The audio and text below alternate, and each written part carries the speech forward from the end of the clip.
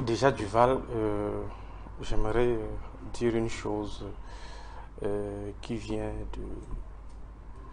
du plus profond de mon cœur. Si Martinez Zogo avait été mon grand frère, c'est-à-dire que de la même famille, j'aurais organisé la famille, j'aurais organisé les jeunes d'Obala et les jeunes Okrezeton. On allait porter le corps de Martinez Zogo et le déposer en Vomeka. Faire des efforts d'atterrir en Vomeka avec le corps de Martinez Zogo. On l'abandonne là-bas, on rentre chez nous. On demande à Paul Biya de gérer le corps de Martinez Zogo. Parce que ce qui se passe, l'organisateur principal, c'est Paul Biya. Parce que c'est lui qui a institué cette république des barbouzes. Cette république des criminels, des voyous. C'est-à-dire qu'au nom de la puissance publique, on peut traiter des individus qui ne sont pas d'accord avec nous ou à qui on reproche des choses comme des simples animaux. Ce qu'on a fait à Martinez Zogo, c'est ce qu'on a fait à plusieurs. Ça relève d'un traitement animalier de l'être humain. C'est-à-dire que on te récupère, on te fait disparaître comme vous pouvez récupérer une poule dans votre basse-cour et l'égorger ou peut-être la mutiler d'une manière décomplexée. C'est lui qui a institué cette république. Pourtant, lui-même n'a jamais, malgré tout ce qu'il subit comme critique par rapport à son gouvernement, lui-même n'a jamais, de façon, on va dire ça comment, directe, initié quelques reprimandes que ce soit vis-à-vis des journalistes. Je ne peux pas boire le caddie du président. C'est un homme d'État. Je ne peux pas On a boire bien son vu qu'il y a des caddie. situations où même Je lorsqu'il ne a peux été pas boire le critiqué, caddie de Paul dénoncé, Biya. c'est pas Monsieur plutôt ceux Duval, qui sont autour de lui Monsieur Duval, qui attaquent les journalistes, attaquent la presse. Monsieur Duval, si vous pouvez, si vous, Par zèle, oui. si vous pouvez boire le caddie de Paul Biya sur ce qui est de la mise en branle des barbouzes pour éliminer des gens, je ne peux pas boire son caddie. Je dis il est responsable de tout ce qui arrive. Je n'ai pas dit qu'il est coupable sur ce cas précis.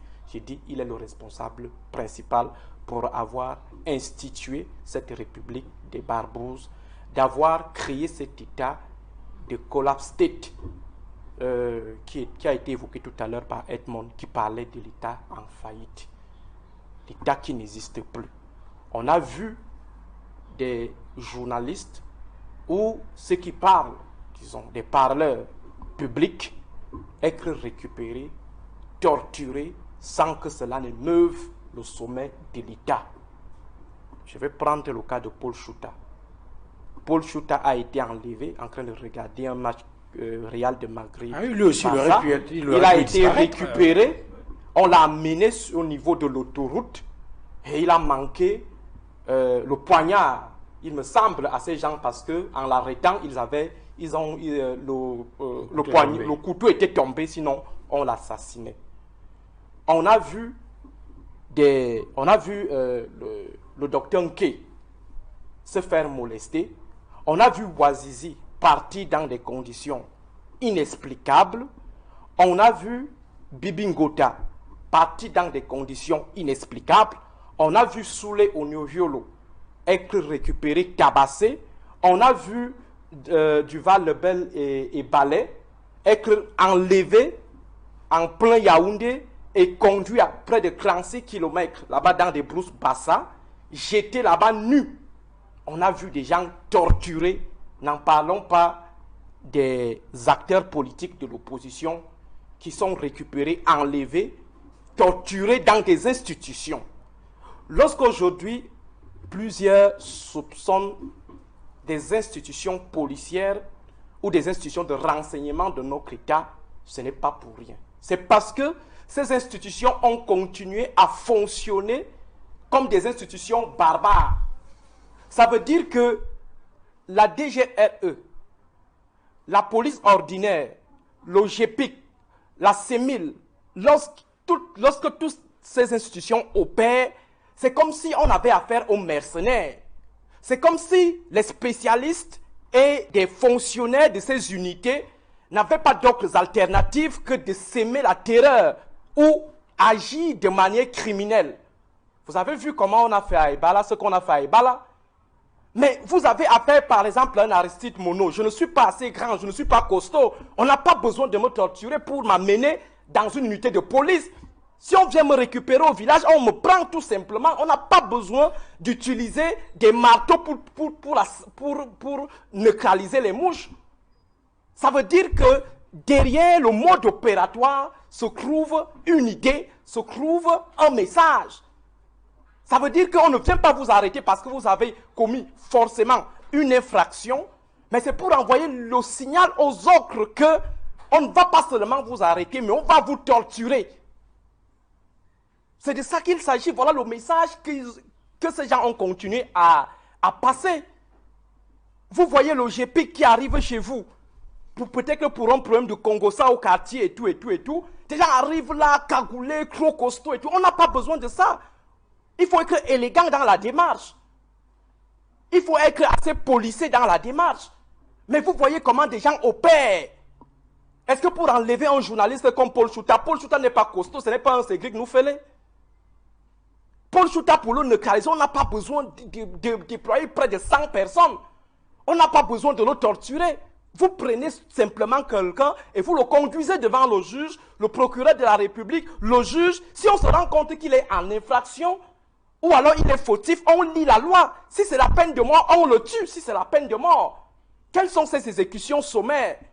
Ça veut dire que la loi se trouve au quartier, les juges se trouvent au quartier, les militaires se trouvent au quartier. Or, il y a des places bien appropriées, il y a les textes bien appropriés qui encadrent même lorsqu'on veut tuer.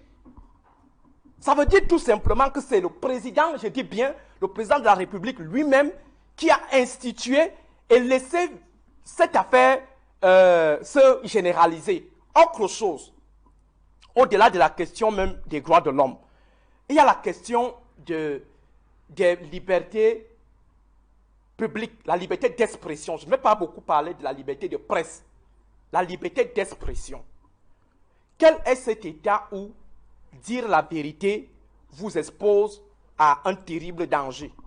La dernière fois, on parlait ici de la liberté. Il y a un panéliste du RDPC qui disait que mais vous parlez chaque jour. Et je ne faisais que rappeler que tant que vous parlez ayant peur, vous n'êtes pas en liberté. Ça veut dire que si après avoir, au moment où je suis en train de m'exprimer, je suis en train de réfléchir comment je vais rentrer à la maison, est-ce que je ne vais pas subir le même sort que Martinez Zogo? Je ne suis pas en liberté. La liberté, c'est la capacité de pouvoir dire des choses librement et rentrer chez moi la tête vide, sachant bel et bien que je vais dormir tranquillement, sans qu'on ne m'appelle à gauche, à droite pour me dire, mais voilà, on a tué Martinez Zogo, tu parles encore sur ce plateau. Donc, il faut faire savoir aux uns et aux autres que la liberté d'expression au Cameroun est sous condition. La liberté d'expression dans notre pays est clôturée. Ça signifie qu'il y a un seuil de tolérance à ne pas franchir. Dès que vous franchissez ce seuil de tolérance, on vous tue, on vous assassine, on vous torture, on vous met en prison ou tout simplement, on essaye de faire obstruction à votre évolution, même au niveau de la fonction publique. Et maintenant, un autre élément avec votre permission, c'est qu'au-delà de la question de liberté, il y a la question de lutte de pouvoir. Lorsqu'on dit régulièrement sur ces plateaux que pour le pouvoir, pour l'éternisation au pouvoir, ces gens sont prêts à tuer.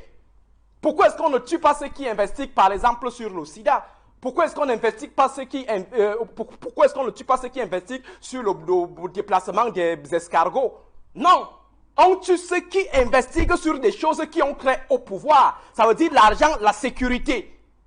Lorsque vous essayez de voir Bibi Ngota, Wazizi, Paul Chouta et Martinez Zogo, ce sont des choses qui ont trait au pouvoir, ce sont des choses qui ont trait à la politique, ce sont des choses qui ont trait à la finance.